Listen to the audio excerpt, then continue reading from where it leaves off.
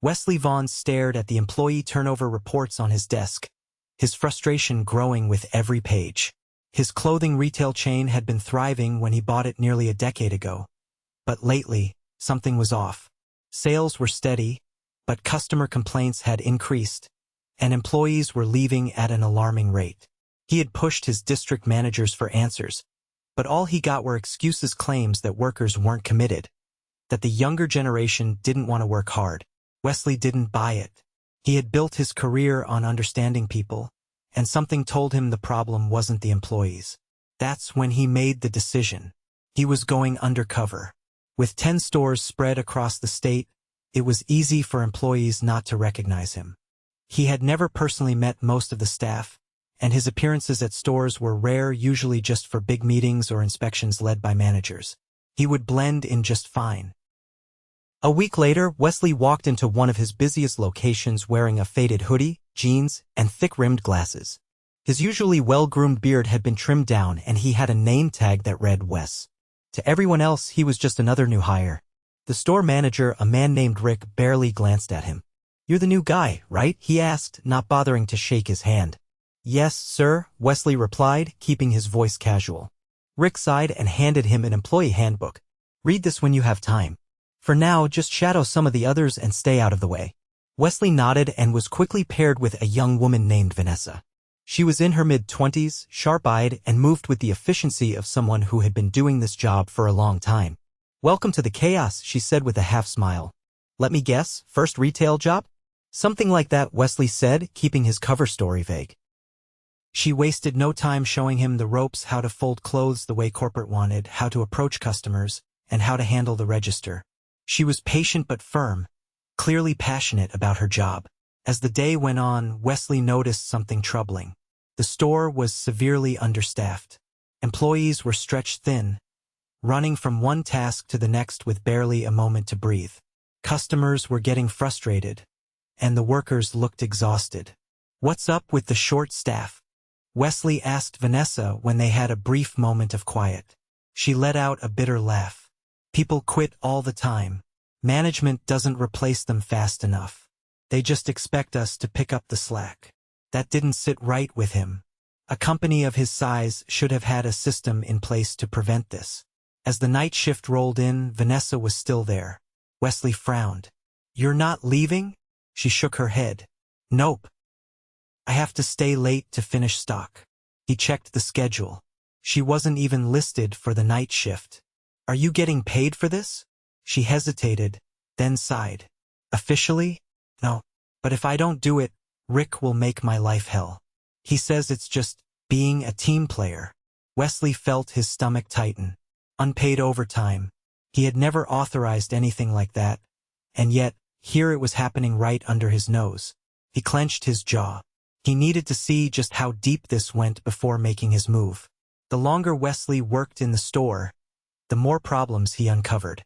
Employees moved at a relentless pace, their faces tight with exhaustion. They weren't just covering for missing workers, they were compensating for a system that had failed them. During a lull between customers, he saw a young man at the register rubbing his temples, eyes squeezed shut. He was pale, shoulders slumped forward. "You all right?" Wesley asked quietly. The worker, whose name tag read Ramon, exhaled sharply. "Migraine," he muttered. "Didn't get much sleep." Wesley frowned. "You could take a break." Ramon let out a short laugh. "Yeah, right. Rick would lose it." Wesley had noticed that already Rick ran the store with a heavy hand. He barked orders, ignored complaints, and barely lifted a finger himself. If something wasn't done to his satisfaction, he didn't ask why. He found someone to blame. That afternoon, Wesley witnessed it firsthand. A mother asked for help locating a jacket in her daughter's size. An employee named Maya checked the stockroom, then returned apologetically, explaining they had run out. Rick overheard and strode over. "Did you actually check? Or are you just guessing?" Maya stiffened. "I checked. We're out." Rick scoffed. "Try again." Maya hesitated but turned back toward the stockroom, shoulders tight. As soon as she disappeared, Wesley leaned toward Vanessa. "He always like that?" Vanessa gave a knowing look. "Worse sometimes." If you push back, he cuts your hours or makes your shifts miserable. People just do what he says to keep the peace. Wesley's stomach churned. He had built this company on respect and integrity. Yet here was one of his own managers running a store through intimidation. Later, as Wesley was folding shirts near the fitting room, he heard hushed voices. "I can't afford to lose this job," Maya whispered. "But I can't keep doing this. He made me cry in the stockroom last week. I swear I almost walked out." A second voice, softer, replied, "I know. I'm trying to save up to leave. I just need a few more paychecks." Wesley tightened his grip on the fabric in his hands. Employees weren't just frustrated, they were suffering. That evening, as the closing shift neared, Wesley noticed Vanessa still organizing shelves. "You're staying late again?" he asked, keeping his tone casual. She nodded, not looking up. "Rick says the store has to be spotless before we leave." Wesley glanced around. The store was already clean. He knew enough now, he had seen enough. When Rick emerged from his office, Wesley stepped forward. "Hey, can I talk to you?" Rick gave him a bored look. "Make it quick." Wesley took a steady breath. "I noticed Vanessa's staying late again. Is she getting paid for that?" Rick's expression hardened. "That's none of your business." "I think it is," Wesley countered. "You're making her work off the clock." Rick scoffed. "No one's forcing her. She wants to be a team player." Wesley's jaw clenched. "That's not how this works." Rick crossed his arms. "Listen, rookie, you don't know how things run here. Either do your job or clock out." Wesley studied him for a moment, then made his decision. He pulled off his glasses, straightened his posture, and met Rick's gaze. "I own this company." Rick blinked. "What?" "I'm Wesley Vaughn," he said calmly. "And I've seen enough." The store went silent. Employees who had been nearby froze, eyes wide with shock. Vanessa clutched a folded sweater, staring. Rick's face shifted from confusion to panic. "Wait, Wesley didn't let him finish. "You've been exploiting employees, cutting hours as punishment, and forcing unpaid work. That ends now." Rick swallowed hard. I was just doing what's best for the store." "By breaking labor laws?" Wesley's voice was even, but firm. "Get your things. You're done here." Rick opened his mouth, then closed it. Face pale, he turned and walked toward his office. Wesley exhaled, then turned to the employees. "Things are going to change." Vanessa spoke first, her voice cautious. "Are you serious?" "Completely." Wesley looked around at the group. "No more unpaid overtime. No more intimidation. And anyone who's been working extra without pay? You'll be compensated." The relief in their eyes was immediate. For the first time that day, Wesley felt something shift. The weight of what he had seen wasn't gone, but now he could start making it right. The store remained eerily silent after Rick disappeared into his office. Employees stood frozen, processing what had just happened. Wesley could see the uncertainty in their faces. They had spent so long working under a manager who ruled by fear. Change didn't feel real yet. He stepped forward, keeping his tone measured. "I know this is a shock. No one expected this today, least of all me. But I need you all to understand something. What's been happening here isn't just wrong. It's unacceptable." Vanessa, still gripping the folded sweater, finally spoke. "Does this mean he's really gone?" Wesley nodded. "Yes. Effective immediately." Maya's voice was quiet. "What happens now?" He appreciated the directness. They needed answers, not vague reassurances. "First, no one is staying late without pay. If you've worked extra hours off the clock, I want you to document everything and send it to HR by tomorrow. You'll be compensated." A few employees exchanged glances, skeptical. Wesley caught it. He couldn't blame them, they had been conditioned to expect empty promises. "I don't expect you to trust me yet," he admitted. "I should have caught this sooner. But I'm here now, and I won't let this continue." Ramon, still looking drained, let out a sharp breath. "What about the schedule? Rick would cut shifts if he didn't like you." "That ends today," Wesley said. "Schedules will be based on business needs, not favoritism or punishment. If anyone experiences retaliation for speaking up, I want to know immediately." A few nods, but still cautious. He had to prove this wasn't just talk. He turned to Vanessa. "How short-staffed are we?" She exhaled through her nose. "We're running on half of what we need. People quit constantly and no one replaces them." Wesley pulled out his phone. He wasn't waiting for corporate approval, he was corporate. He called his regional hiring manager. "We need immediate hires at the downtown location. Prioritize former employees who left due to management issues. If they're still available and want to return, offer them their positions back." The employees around him stiffened. Vanessa's eyes widened. "You're bringing people back?" she asked. "If they left because of how things were run, they deserve a chance to return under better conditions." Hope flickered in Maya's expression for the first time. Wesley ended the call and looked at them again. "I know fixing this won't happen overnight, but I promise you we are fixing it." Rick emerged from his office, face tight as he carried a box of his belongings. He didn't say a word as he walked past the employees he had mistreated, but Wesley saw the way his jaw clenched. As he reached the exit, Wesley spoke one last time. "If any employee brings forward additional complaints about your behavior, expect legal consequences." Rick's shoulders tensed, but he kept walking. The door swung shut behind him. A long silence followed. Maya released a breath. "I can't believe that actually happened." Vanessa shook her head. "I thought he'd get away with it forever." Wesley folded his arms. "Not anymore." There was still work to do, but for the first time in a long while, the store didn't feel suffocating. A weight had lifted from the store. Employees moved with cautious relief as if waiting for something to snap them back to reality. Wesley understood. One bad manager being removed didn't erase years of mistreatment.